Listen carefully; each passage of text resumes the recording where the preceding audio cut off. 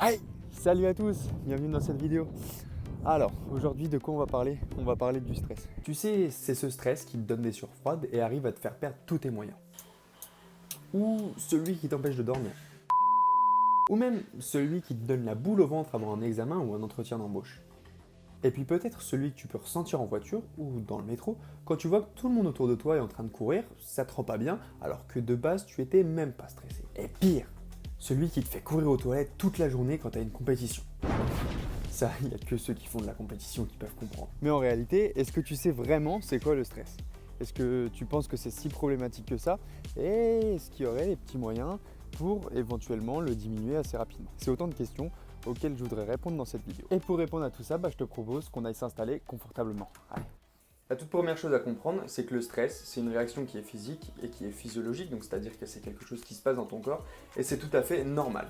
Parce qu'en fait, ton organisme, lorsqu'il perçoit une situation qui le met en danger soit physiquement, soit émotionnellement, eh bien, il va utiliser ce procédé pour se défendre. En conséquence, qu'est-ce qui va se passer? Ça va augmenter ta fréquence cardiaque, et ça va aussi ordonner la production de certaines hormones, qu'on dit un petit peu du stress, comme le cortisol, l'adrénaline, la noradrénaline. Et ces hormones, elles sont bien utiles à ton corps parce que, en fait, elles permettent de lui fournir de l'énergie assez rapidement pour qu'il puisse justement se défendre face à cette situation qui, pour lui, le met en danger et qui perturbe son équilibre. Le rôle principal de tout ça, ça va être d'augmenter le niveau de sucre dans le sang pour pouvoir justement te mettre de l'énergie rapidement à disposition. Donc à partir de là, en soi, le stress c'est pas quelque chose de négatif puisqu'il va justement te permettre de réagir de façon entre guillemets optimale face à cette situation qui te met en danger. Et dans certains cas même, ça te permettrait d'accéder à de ressources que tu n'aurais même pas imaginées et de pouvoir faire des choses qui sont un petit peu incroyables et un petit peu hors du commun.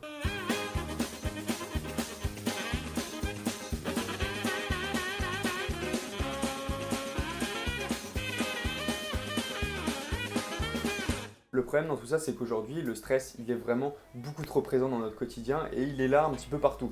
Il peut être causé par ton travail, par tes besoins financiers, le manque de sommeil, les maladies, la récupération, tout ce qui est pollution, que ça soit sonore, environnemental, électromagnétique, tout ça. Ta vision du monde, la place que tu te donnes dans ce monde, tout ce qui est interaction sociale, il y a ta famille, ta vie sentimentale, aussi un petit peu ton état d'esprit, et puis tout ce qui est un petit peu substances addictives comme la drogue, le tabac, l'alcool, tout ça. Alors bien sûr, quand on parle de stress comme ça un petit peu dans la vie de tous les jours, on parle surtout du stress psychologique qui est lié à notre environnement et à toutes nos interactions avec celui-ci.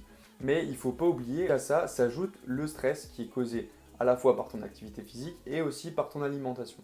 Parce que oui, l'activité physique c'est un stress pour ton organisme et l'alimentation aussi, surtout une mauvaise alimentation, peut être une source de stress pour ton organisme. Donc tu comprendras rapidement que si tu pratiques du sport, si tu manges mal et que à ça en plus tu ajoutes du stress psychologique qui est lié à ton environnement et à tout ce que je t'ai cité juste avant, bah là ça commence à faire beaucoup et ton organisme, au bout d'un moment, il va commencer à saturer. Et c'est là que ça commence à devenir problématique parce que ton corps il va se placer dans ce qu'on appelle un état de stress chronique parce qu'en fait il va jamais réussir à rétablir l'équilibre entre tout ce qui se passe autour de lui. Et ce stress chronique justement lui il a des effets qui sont plutôt très négatifs sur le long terme. Et moi en fait ce que j'aimerais que tu comprennes c'est que tout ce qui nous permet de rester en vie et de maintenir un état d'équilibre au sein de notre propre corps, et bien tout ça c'est soumis au contrôle du système nerveux autonome. C'est-à-dire qu'on n'a pas besoin d'y penser pour le faire. Alors je vais essayer de pas te perdre maintenant.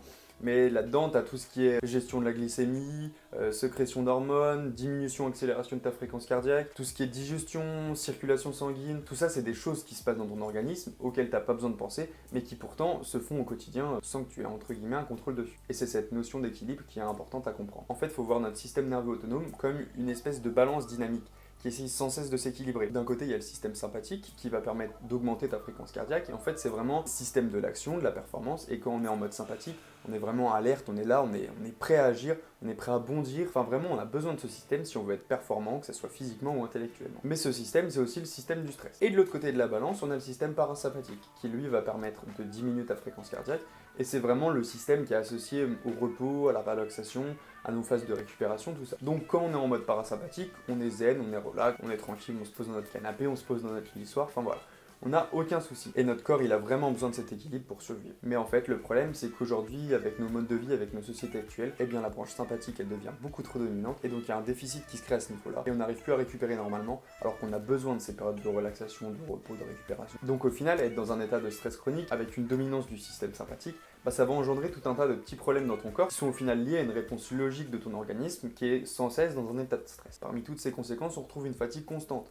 Il y a aussi un risque accru de blessures pour les sportifs, de douleurs pour les personnes lambda. Enfin vraiment, le stress, il est en partie responsable de beaucoup de nos problèmes de santé. Alors quand on est jeune, on s'en fout un peu, on récupère vite, enfin voilà, on n'y pense même pas.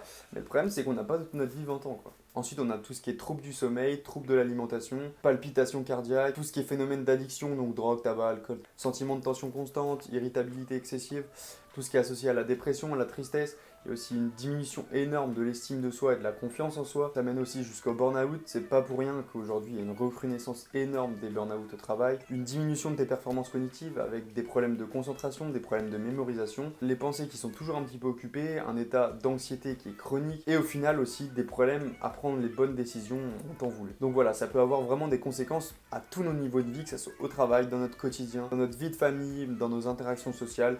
Dans le sport aussi, c'est très négatif pour le sport d'être dans un état de stress chronique. Alors d'ailleurs, petite note à part, mais tout ce qui est consommation de café et de thé, ça va activer notre système sympathique. Et c'est pour ça qu'en buvant ces boissons, on se sent tout de suite un petit peu plus excité, un petit peu plus énergique juste après la consommation. C'est l'effet qui est recherché par ces substances.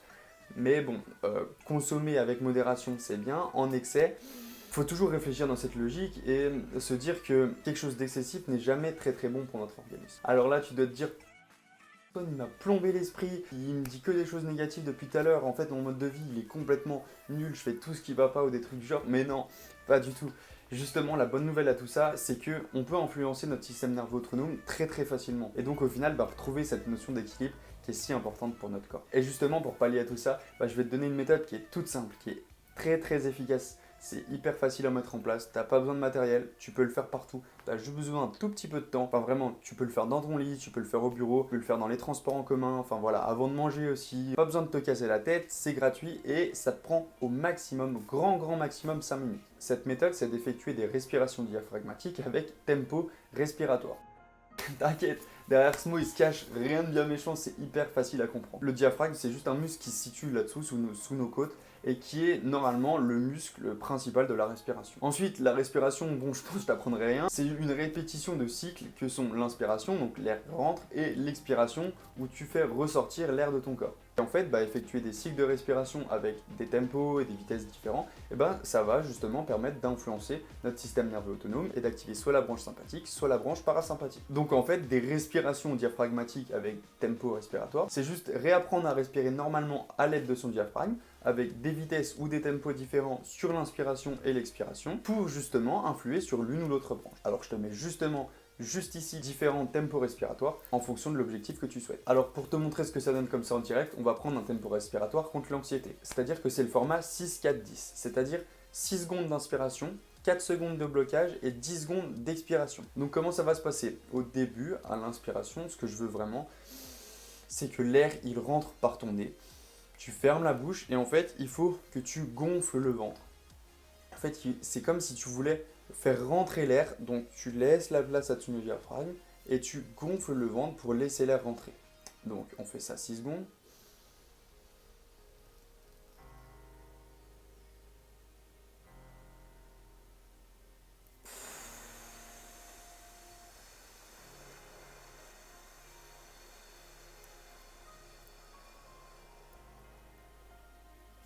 Donc tu vois, après mes 6 secondes d'inspiration où j'ai bien inspiré l'air par le nez, où je l'ai laissé rentrer dans ma cage thoracique et au final j'ai gonflé mon ventre pour laisser la place à l'air de rentrer. Ensuite, dans cette situation, j'ai bloqué 4 secondes ma respiration. Et ensuite, j'ai expiré par la bouche. Donc là, je veux bien que tu souffles par la bouche. Il faut que tu souffles lentement parce que 10 secondes, mine de rien, c'est un petit peu long. Et là, en ce moment, pour vraiment éjecter tout l'air de ton corps, il faut, comme si tu voulais appuyer sur ton ventre pour refaire sortir l'air, pour appuyer comme une pompe au final, si tu voulais faire pression sur ton diaphragme pour qu'il pousse l'air à l'extérieur. Alors voilà, ça peut être un tout petit peu difficile au départ et c'est justement un bon indicateur que tu dois travailler ça pour pouvoir t'améliorer et puis pour pouvoir retrouver un certain contrôle sur ta respiration. Alors comme tu as vu juste avant, je t'ai mis différents tempos respiratoires, ça va être vraiment bien. Il y en a même pour t'aider à t'endormir, enfin moi ça marche vraiment super bien donc voilà, profites-en, fais-toi plaisir avec ça, tu vas voir, c'est super efficace. Et alors, un petit bonus dans cette vidéo, si t'as peur de pas trop y arriver tout seul, de compter dans ta tête, tout ça, ça peut te paraître un petit peu plus compliqué au début, que je peux totalement comprendre parce que ça fait beaucoup de choses à penser en même temps. Et bien sur YouTube, il y a exactement la même chose, ça fonctionne sur le même principe, ça s'appelle la cohérence cardiaque. Tu tapes cohérence cardiaque sur YouTube, il y a plein de vidéos, enfin il y a même des applications qui te permettent de faire ça. Les vidéos en général, elles durent 5 minutes et c'est une petite boule qui monte et qui descend. Et en fait, t'as juste à suivre le tempo de cette boule. Quand elle monte, tu inspires et quand elle descend, tu expires. Enfin vraiment, c'est guidé au final et toi au moins, t'as juste à penser à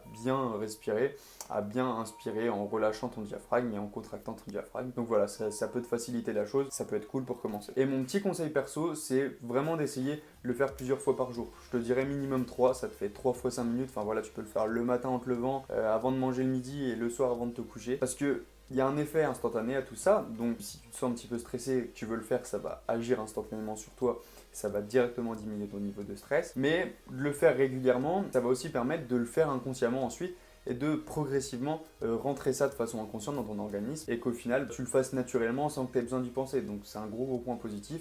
Et rien que de le répéter 3 fois par jour, ça va vraiment te permettre d'ancrer ce nouveau schéma respiratoire et puis de rétablir un équilibre beaucoup plus rapidement. Voilà, on arrive à la fin de cette vidéo. J'espère qu'elle t'a plu. Moi, ça me fait plaisir de te partager ça parce que c'est des choses qui ont fonctionné sur moi, qui ont fonctionné sur des personnes à qui j'ai fait tester.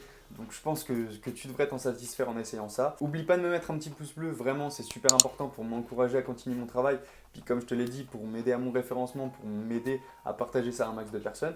Du coup aussi, évidemment, partage cette vidéo si tu penses qu'elle peut apporter des choses à quelqu'un.